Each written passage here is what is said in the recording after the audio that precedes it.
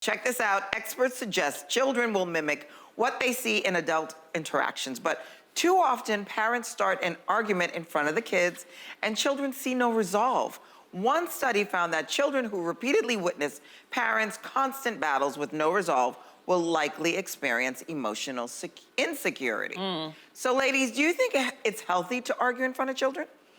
I feel like as a kid, I didn't see my parents argue, Yeah. but I think that's also because they just didn't care.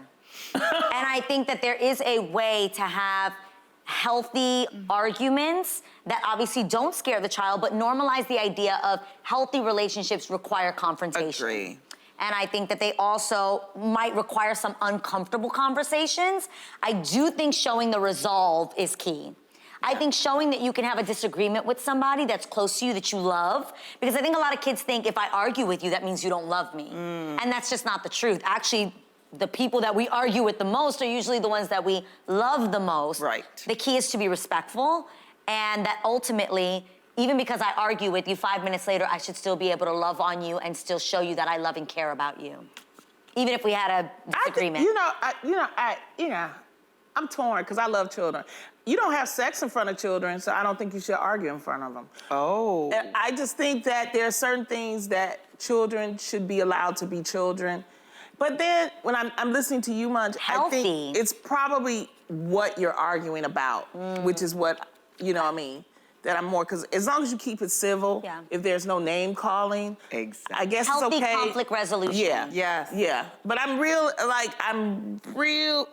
not big on it. I'm just not big on it. Yelling and cursing at each other is absolutely unacceptable. Yeah. Yeah, it's interesting that you say that about we don't have sex in front of them. Why would we argue in front of them? Like for a minute you caught me, but I do think kids do learn from mimicking. They learn from not so much as what you say, but what you do. Right. And I think if you can have an argument respectfully in a great way, I think they need to see that so that you're modeling for them when whether it's a relationship, a friendship, a teacher that they dislike.